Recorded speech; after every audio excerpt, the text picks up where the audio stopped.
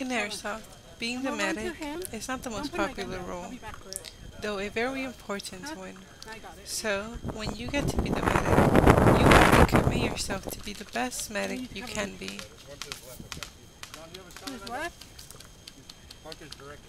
First, you have to get out of the airsofter mentality. Forget about the objective and getting kills, because the only thing you need to worry about is keeping all the players on your side up and in the game. Now, this may sound a little difficult, but when it's done right, it can be a lot of fun. So here are some tips to help you become a more efficient airsoft medic. Now, as the airsoft medic, you are going to want to run as light as possible because you want to be as fast as possible. If this means running just your sidearm, do so. Or if you're ill prepared like me, just drop your primary and concentrate on being the medic. Remember, you're there to keep the other players in the game, so let them do the shooting.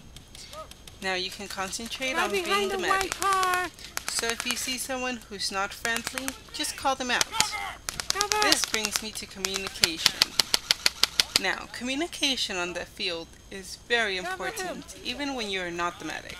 I guarantee you that the team with the better communication will win 80% of the time. So make sure you communicate.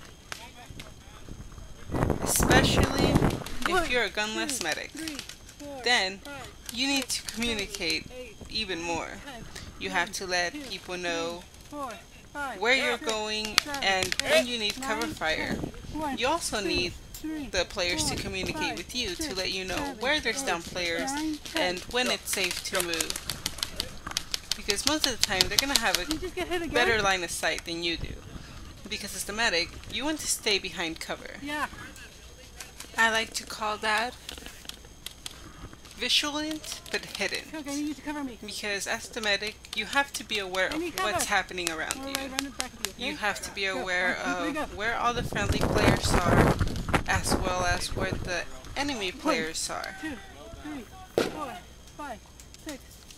This will make it easier for you as the medic to get around the field.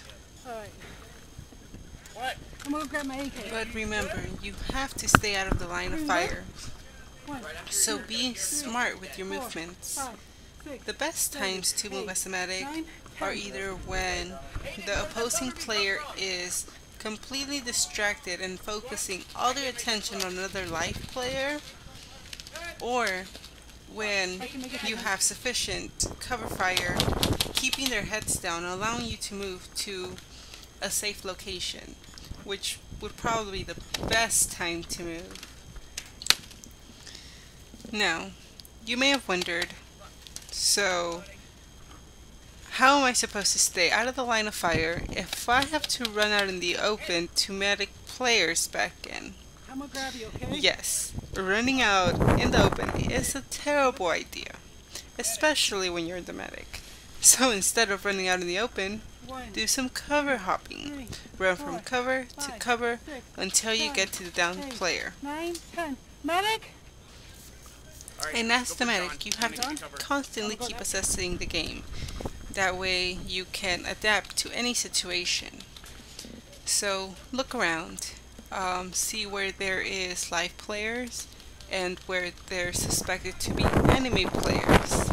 This will give you the chance to pick the right path for you to take to safely get to the down player.